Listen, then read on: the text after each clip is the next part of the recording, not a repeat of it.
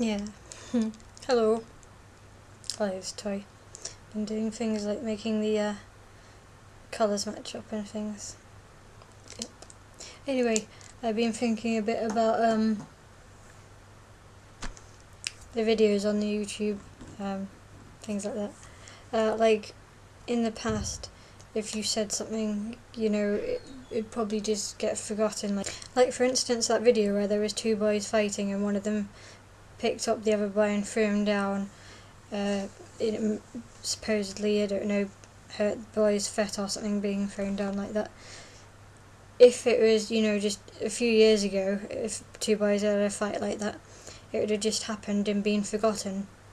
But neither of them was the one who was holding the camera and filmed it. Someone else filmed it. These days things get filmed and put online and you don't really have a say in it sometimes. Or maybe not forgotten, but contained in their area.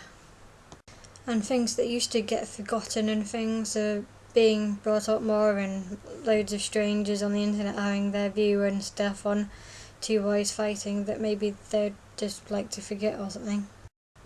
I wonder when we got to this stage that children are filming a fight. They're not appalled at the thought that their classmates are fighting or something. They're just grabbing a camera or a camera phone or something like that and filming the thing and putting it online.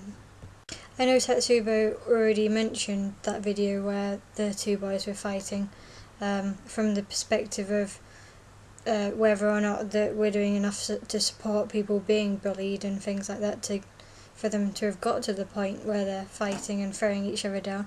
But I think it's also worth thinking about it from the perspective that someone filmed it.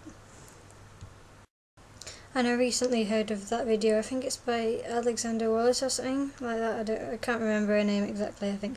But she came home from school one day or something, or university, and started having a rant about people in the library, and it could have been seen as a sort of racist rant about the way some people act in the library.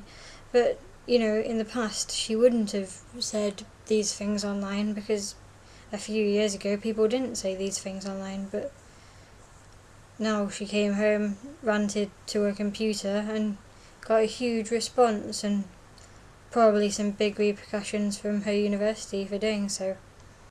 So actions like fighting or ranting about something that maybe later on would have been forgotten now could be filmed and put online and spread around for ages, with or without your say. I mean, as I say, those two boys fighting, it didn't look like they were the ones holding the camera or deciding it should be filmed, did it? So people get tagged in photos and videos and things like that all the time and get filmed with or without their say, and the repercussions aren't really thought of very much anymore, I guess. I mean, those two boys, they didn't have a say in it being filmed, it seemed, and even if they did, it seems to me that a lot of people that I know about film or take photos when people are fighting, and that seems a bit weird.